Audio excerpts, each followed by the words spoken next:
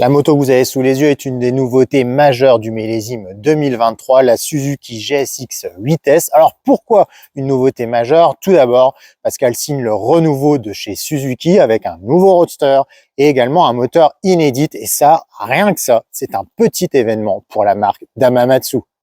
Ce nouveau moteur, c'est un bicylindre en ligne qui cube 776 cm3. On le retrouve également sur le trail V-Strom 800 qui est sorti un petit peu plus tôt donc, que ce roadster. C'est un moteur qui développe 83 chevaux et 78 Nm de couple, donc des valeurs confortables pour la catégorie et qui lui permettent même de coller 10 chevaux dans la jante à la référence du marché, la Yamaha MT-07. Alors pourquoi un bicylindre en ligne là où Suzuki traditionnellement exploite sur ses roadsters soit des V-twin, soit des 4 cylindres en ligne? Bien tout simplement parce que c'est un moteur qui se montre plus compact, plus léger qu'un 4 cylindres en ligne, qui n'a qu'un seul équipage mobile par exemple. Ça permet donc de faire une moto fine entre les cuisses, pas très haute, donc qui va avoir une bonne accessibilité. Et on le voit ici, on a une selle à 810 mm de haut qui permet de toucher très facilement, je mesure 1,75 m, les deux pieds au sol. On a des collègues qui sont plus petits et qui touchent également facilement deux pieds au sol. Donc ça fait partie des arguments favorables qui expliquent justement donc ce changement de choix de motorisation pour la marque japonaise. Ce moteur utilise des cotes de 87 mm d'alésage et 70 mm de course. Il est également équipé de série d'un shifter double effet à la montée comme à la descente. Ça, c'est suffisamment rare pour être souligné, parce que sur la plupart de ses rivales, c'est en option. La machine reçoit également un accélérateur électronique de type Ride-by-Wire qui facilite l'introduction de choix de cartographie. Ici, nous avons 3 cartographies actionnables depuis le guidon en roulant, juste en coupant les gaz. On peut donc faire varier la réponse moteur, la réponse de l'accélérateur justement, et donc le répondant de la mécanique. Autre équipement électronique de série, un anti-patinage également réglable et désactivable, lui aussi en roulant. Donc ça permet à Suzuki d'arriver avec une moto très complète pour le genre, puisqu'on rappelle donc que cette GSX 8S s'adresse avant tout aux motards débutants, aux jeunes permis.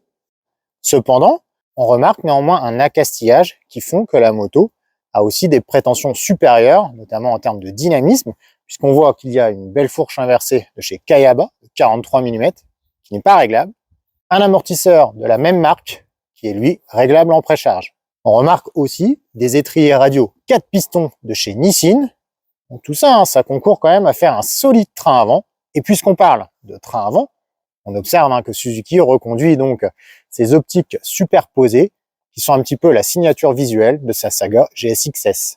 Présentation toujours, des lignes très acérées, vous voyez là notamment au niveau de ses écopes, une partie arrière courte avec un long support de plaque en plastique qui constitue l'une des petites fausses notes sur un plan visuel de cette moto qui pour le coup en revanche dispose d'un beau degré de finition. À motonettes, on apprécie notamment sa boucle arrière boulonnée sur le cadre principal constitué de tubes en acier. Donc ça lui donne un petit côté racing qui est pas déplaisant. On note également un bras oscillant en aluminium. Le guidon également est en aluminium, mais comme il n'est pas en noir, c'est vrai que finalement on s'en rend pas tout de suite compte. Et on a des choix de matériaux, des traitements de surface qui font honneur quand même au blason d'Damamatsu. On voit que le réseau électrique est bien camouflé. Il n'y a pas de torrent de câble qui court par-ci par-là.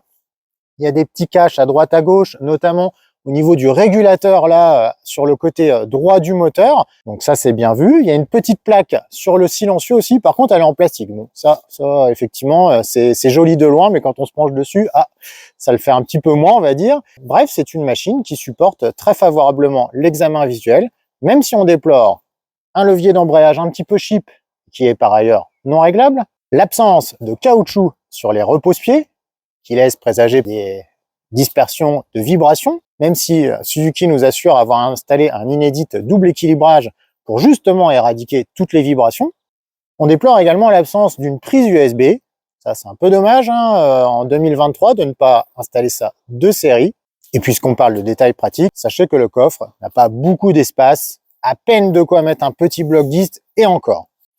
Alors que la pluie débarque dans le sud de la France en ce début avril, j'attire votre attention sur 2 autres particularités de cette GSX 8S. Sa boîte à air qui est déportée sous la selle afin, selon Suzuki, de gagner de l'espace au niveau du réservoir pour favoriser la mobilité du pilote, réservoir qui cube 14 litres, et un écran TFT couleur, donc qui présente beaucoup d'informations, mais qui en revanche n'est pas reliable au téléphone via une connexion Bluetooth. Ça, c'est peut-être un argument en sa défaveur à cette moto qui est commercialisée 8 899 €, un prix plutôt élevé par rapport à ses rivales directes. Au guidon de la nouvelle GSX 8S, un guidon bien dessiné, recourbé sur ses extrémités, qui rappelle un peu les anciennes générations de MT-07. Ce guidon, il procure un bon guidage, un bon placement en courbe. On a une moto très bien équilibrée qui fait oublier du coup ses 202 kg. Une moto, vous voyez là, qu'il est très facile d'incliner. Une moto, hop, qui passe aisément d'un angle à l'autre, sans forcer. C'est une machine qui n'engage pas, qui n'élargit pas en courbe, même avec un petit peu de frein, hop, comme ici. Ce freinage, eh ben, il est vraiment pas mal, hein. Étrier radio, 4 pistons, il y a du bon matos, il y a du répondant, il y a du dosage. La constance ne fait pas défaut également. Et on a aussi un frein arrière qui permet de rectifier facilement les trajectoires. Donc ce train avant, il inspire confiance. En ville, il y a un bon rayon de braquage. Donc c'est une moto facile à prendre en main. Alors la réponse à l'accélérateur, il y a un tout petit chaos au niveau vraiment de la remise des gaz. C'est particulièrement sensible sur la cartographie A qui convoque la nervosité maximum. Sur le mode B, comme ici, il suffit de se montrer doux sur la poignée de gaz pour limiter considérablement le phénomène et avoir du coup des relances plus douces. Ces relances, elles s'accompagnent d'un shifter double effet vraiment très efficace, super doux, y compris à bas régime. Il n'y a pas de chaos, il fonctionne même en ville à 3000 tours. Sur ce point, rien à dire. On termine ce chapitre position en précisant que l'assise se monte un petit peu ferme. Sur les longues étapes, ça se fera sentir. On a des repose-pieds qui sont pas trop reculés, pas trop hauts, qui sont plutôt bien placés pour une conduite dynamique sans créer de tension exagérée sur les jambes. Un très bon compromis. On aurait préféré par contre qu'il y ait des caoutchoucs sur ces repose-pieds parce que on ressent quelques petits grésillements dans les pieds à l'approche des mi-régimes. Et ça aurait pu être éradiqué grâce justement à des caoutchoucs. C'est un peu dommage d'avoir installé un double balancier d'équilibrage sur le moteur et d'avoir fait l'impasse justement sur ces caoutchoucs. Des vibrations, on en ressent aussi à haut régime. Rien d'illogique pour un bicylindre parallèle. Au niveau position, toujours, le réservoir est assez étroit entre les cuisses. Il pourrait même l'être un petit peu plus de la vie de motoneige, parce qu'il y a des caches latéraux qui écartent du coup un tout petit peu plus les cuisses. Et on se dit que finalement, au lieu de mettre des caches donc, qui soignent l'habillage de la machine, Suzuki aurait très bien pu finalement opter pour un réservoir un tout petit peu plus gros. Parce que là, 14 litres, bon, on va dire c'est dans la norme du genre, par rapport à la MT-07 par exemple, qui a la même contenance. Par contre, il y en a qui emportent un petit peu plus de carburant. Alors ce moteur, très souple, il permet de reprendre en 6ème à 1500 tours à 50 km/h. La preuve en image, vous voyez, en plus là ça monte, donc je l'aide pas la moto, clairement. Là, on est à 2000 tours en 6ème et ça repart et ça caote pas. Donc la souplesse, elle est là. Il y a du répondant instantané, c'est-à-dire de 2 à 4000. Hop, la moto s'élance avec une belle énergie. En revanche, Motonet a détecté un trou autour des 3-4 000 tours qui se fait ressentir à l'accélération et qui fait que là, dans des virages comme ici, on a parfois du mal à ressortir en 3ème. Alors c'est un peu étonnant parce que en fait le moteur il s'élance bien, ensuite il y a une zone de trou et après il reprend très bien à partir des mi-régimes où là il exprime beaucoup de vigueur entre 5000 et 10 000 tours et là vraiment en plus il y va à ces 10 000 tours, il emmène franchement la moto. C'est pas comme sur la MT-07 par exemple où la poussée tend à stagner au régime. Non, là vraiment il va chercher ces 10 000 tours avec beaucoup de joie. On a même l'impression qu'il pourrait finalement prendre 2000 tours supplémentaires tellement il monte facilement. Là les 83 chevaux on les sent, il y a de la puissance. En revanche il lui manque un petit peu à notre goût, il lui manque un petit peu de gras du couple pour peut-être tenir tête aux références du segment. On pense aussi à la nouvelle Hornet qui vient de sortir et qui sur le plan mécanique fait quand même très très fort. On a quand même ce sentiment que dans ce régime intermédiaire il lui manque un petit peu de gouaille à ce moteur, parce qu'on se dit qu'il fait quand même 776 cm3, donc ça commence déjà à faire une grosse cylindrée. C'est aussi un des petits défauts de ce moteur, c'est qu'il est assez linéaire, il prend ses tours vraiment de façon très constante, sans crête, et parfois on arrive aux 10 000 tours du rupteur, presque sans s'en rendre compte. Donc un moteur volontaire, un moteur souple, un moteur donc qui a plein d'avantages, mais un moteur qui aura peut-être maille à partir, effectivement, avec les références du segment. Au niveau partie cycle, je vous l'ai dit, un train avant franc, directeur, une moto agile. Est-ce qu'elle est aussi maniable, aussi vive que les références du segment? Là, ça reste à voir, hein. Mais on a quand même le sentiment que la mise sur l'angle demande un tout petit peu plus d'effort que sur certaines gazelles. C'est la rançon aussi, hein, d'un pneu en 180 mm, là où par exemple la Hornet est en 160. C'est la rançon aussi d'un empattement assez important. On est sur 1465 mm et ça c'est relativement élevé pour ce genre de moto. Et c'est la rançon aussi des 202 kg qui se font sentir. Attention, hein, la moto n'est pas lourde. Par contre, il y a certainement parmi ses rivales des motos plus virevoltantes. En termes de suspension, on a du bon matériel, hein, ça travaille bien. Ça lie bien les imperfections du bitume. La fourche, comme l'amortisseur, travaille bien en ressort. Les transferts de masse sont bien absorbés. La moto, elle est stable. Elle est bien posée en virage. On remet les gaz et elle ne s'assoit pas du tout sur son train arrière. À ce niveau, donc, c'est très réussi, c'est très convaincant. En revanche, nous, on a détecté une certaine sécheresse sur les portions les plus bosselées qui laisse suggérer qu'en termes hydrauliques, en revanche, la machine pourrait peut-être être peaufinée.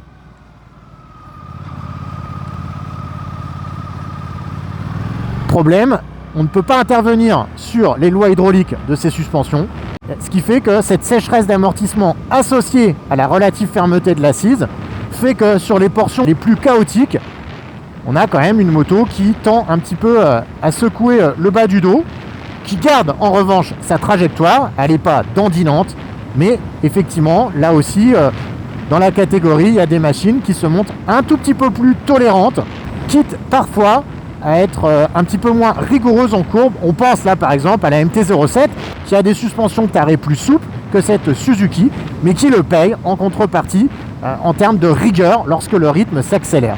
Or là, sur la Suzuki, sur des routes comme ici très très bien revêtues, la Suzuki là pour le coup elle permet un très très gros potentiel parce que justement son tarage de suspension, il a un compromis assez dynamique qui permet justement d'exploiter à plein toutes ses capacités mécaniques et toute sa rigueur donc de partie cycle.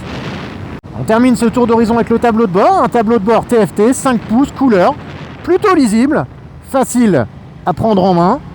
On le commande depuis le commodo gauche. On peut régler les cartographies d'injection pour avoir plus ou moins de répondants moteur. On peut également régler le traction control. Traction control qui n'est pas sensible à l'inclinaison, pas plus que l'ABS puisqu'il n'y a pas de centrale inertielle donc sur cette machine. Bon, sincèrement ça manque pas, vous voyez. Aujourd'hui, là, on est près d'Antibes et on a des routes mouillées. Et on n'a jamais été pris en défaut. Les pneus d'origine des Dunlop Road Sport 2, on fait le job. C'est pas les pneus les plus informatifs de la gamme Dunlop. C'est pas non plus les plus sportifs. Mais globalement, le grip était là. Il n'y a pas eu de perte d'adhérence. Il y a de la motricité.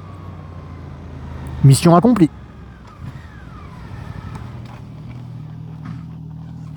Place à la conclusion de notre essai de la GSX 8S, un essai très complet puisque nous avons parcouru plus de 200 km dans une petite centaine, dans des conditions météo très difficiles. On a eu de la pluie, on a eu également des averses de neige.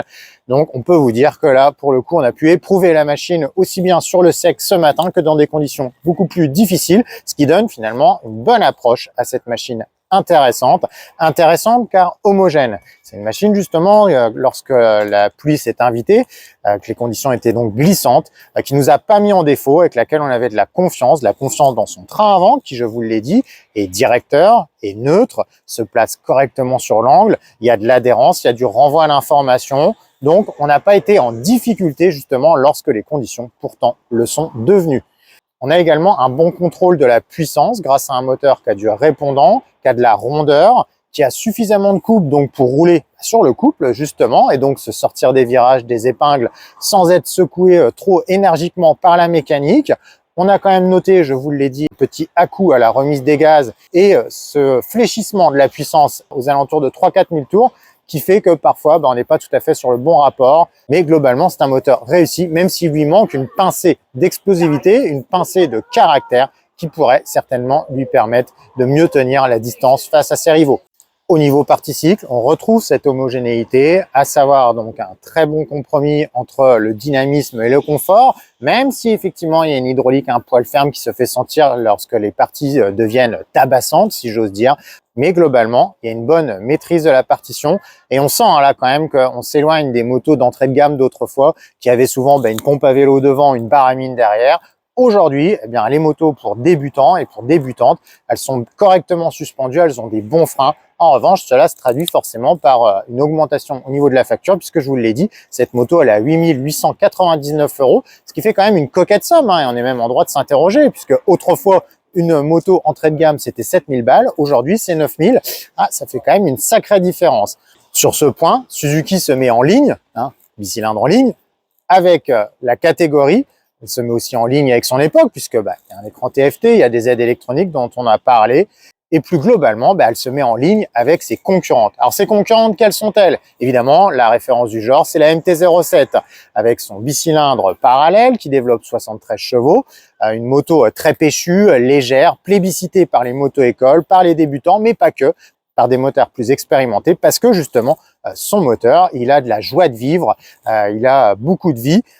Plus, j'ai envie de dire quand même que ce moteur Suzuki qui, effectivement, lui colle 10 chevaux dans les tours, et ça c'est très perceptible, l'allonge de la Suzuki, ça, je vous fiche un billet là directement sur le réservoir qu'elle fera la différence dans les tours. En revanche, le Yamaha, il a quand même de la saveur, il a quand même de l'expression supplémentaire à très bas régime. Donc là-dessus, le match va être serré, surtout que la Yamaha, elle a un argument massu, à savoir qu'elle ne pèse que 184 kg, soit 18 kg de moins que cette Suzuki. Autre argument en faveur de la Yamaha, son prix, qui a été revu à la hausse, certes, mais qui reste quand même compétitif puisqu'elle est à 7 999 €, soit 900 € à son avantage par rapport à la Suzuki. Oui, mais d'accord, mais pour ce prix, vous n'avez pas le shifter de série, vous avez un accastillage qui est quand même un cran en dessous, notamment en termes de train roulant. Donc, effectivement, cette différence de prix, elle peut se comprendre de la part de Suzuki. Est-ce qu'elle se justifiera en dynamique et auprès des utilisateurs? Ça, c'est une autre histoire. Autre rival dans la ligne de mire de la vitesse, c'est la Z650 de chez Kawasaki, la Z qui conserve son super train avant, un bicylindre volontaire de 68 chevaux, un poids de 188 kg, donc des arguments favorables. À cela s'ajoute son prix de 7 799 €, donc une addition quand même largement en dessous. En revanche, c'est vrai que pareil, en termes d'accastillage, d'équipement, elle est un cran en dessous. On termine ce tour d'horizon des rivales japonaises de la vitesse avec la Honda Hornet, celle que Suzuki n'a probablement pas vu venir lorsqu'ils ont développé cette moto, à savoir que comme beaucoup, ils ont certainement été surpris par les qualités avancées par Honda sur son nouveau roadster qui, je vous le rappelle, développe 92 chevaux, pèse 190 kg et possède là aussi des trains roulants très intéressants avec une fourche inversée, des étriers radio, un anti-patinage de série, des modes de conduite, un écran TFT qui est lui connecté contrairement à la Suzuki. Beaucoup de solides arguments pour la Hornet qui a remporté notre comparatif contre la MT-07 et la Z650. Pourquoi? Parce qu'elle déboule en plus avec un tarif canon, 7 800 €. Ça vient d'être revu à la hausse à 7 999 €, donc plus 200 €, mais ça reste quand même considérablement inférieur à cette GSX 8S. C'est pour ça que je vous dis qu'à mon avis, le blason d'Hamamatsu, lorsqu'ils ont développé cette nouvelle moto, ils n'avaient pas anticipé que Honda arriverait en mode rouleau compresseur avec beaucoup d'arguments, dont ce prix très agressif. Qu'en est-il de la concurrence européenne? Eh bien, chez Aprilia, on a la Tuono 660, mais qui joue quand même un cran au-dessus, avec son bicylindre de 95 chevaux, et surtout son prix de 10 600 €, qui comprend effectivement une multitude d'assistances électroniques, un châssis en aluminium. On a chez BMW la F900R, 95 chevaux également, un prix tout juste en dessous des 10 000 €. Là, il y a matière plus à comparaison. Chez Triumph, on a l'excellente Trident de 81 chevaux avec son 3 cylindres, toujours aussi savoureux, avec des solides reprises à 8 695 €. Une moto très intéressante, cette Trident, que nous avons testé il n'y a pas si longtemps et qui possède de belles capacités dynamiques. Une bouille un petit peu rétro avec un phare rond. Donc ça, c'est plus en mesure de séduire une clientèle, on va dire, un petit peu plus mature, qui va pas forcément flasher sur les lignes typées Goldorak, on va dire, de cette GSX 8S. Si vous aimez les lignes taillées à la serpe, en revanche, vous pouvez toujours vous tourner chez KTM, qui vient de relancer sa 790 Duke, désormais fabriqué par son partenaire chinois CF Moto, avec son twin de 95 chevaux et son tarif de 8 999 €. Donc vous voyez, un tarif très proche de cette Suzuki, avec donc des suspensions WP, la marque maison du groupe KTM, de la joie de vivre au niveau du bicylindre et une partie cycle très rigoureuse. On termine avec Ducati. Ducati qui a plus vraiment d'offres finalement de roadster d'entrée de gamme, parce qu'on a le Scrambler de 73 chevaux, sauf que le Scrambler, d'une part, il est typé rétro, donc c'est pas exactement opposable, on va dire, à un roadster comme celui-ci, beaucoup plus moderne dans l'esprit. Et puis surtout, le Scrambler qui a été remodelé pour le millésime 2023 démarre à 10 990 €, donc là, il y a quand même un sacré écart de prix. Et du côté de la Monster, vous allez me dire, eh bien son twin de 937 cm3 développe 111 chevaux, donc considérablement plus que la Suzuki, et elle démarre surtout à 12 300 €. Donc là, clairement, là, on n'est plus du tout dans la même classe. On peut pas comparer des motos avec un tel écart de prix, surtout quand on sait que sur ces motos, donc je vous le disais, destinées aux jeunes, l'argument prix, il est super important. C'est également pour ça qu'on émet quelques petits réserves par rapport au placement tarifaire de cette GSX 8S, puisque à 8 900 €, elle se place quand même à un niveau plus élevé que ses rivales directes. Pour résumer, on peut dire que Suzuki a réussi son pari. Revenir aux affaires avec un roadster qui présente par ailleurs un nouveau moteur, c'est quand même un événement majeur pour Suzuki. Pensez quand même que la dernière fois que le blason d'Hamamatsu a lancé un nouveau roadster, c'est la GSX 1000S en 2015. Et si on remonte encore plus loin, on s'aperçoit que finalement, la dernière fois que Suzuki a lancé un roadster avec un tout nouveau moteur, c'était la SV en 1999. Entre-temps, toutes les sagas de GSR à GSX-S reprenaient des moteurs des séries GSX-R. Donc ce retour en fanfare avec ce nouveau moteur, il est réussi. Ils reviennent avec une moto dynamique qui vient bousculer la référence en place, à savoir la MT-07. Sauf qu'entre-temps, il y a une nouvelle référence qui s'invite sur le segment, la Honda Hornet. Ça, c'est un mauvais coup pour Suzuki qu'ils ne pouvaient pas prévoir, mais qui risque forcément de faire de l'ombre à cette nouvelle moto.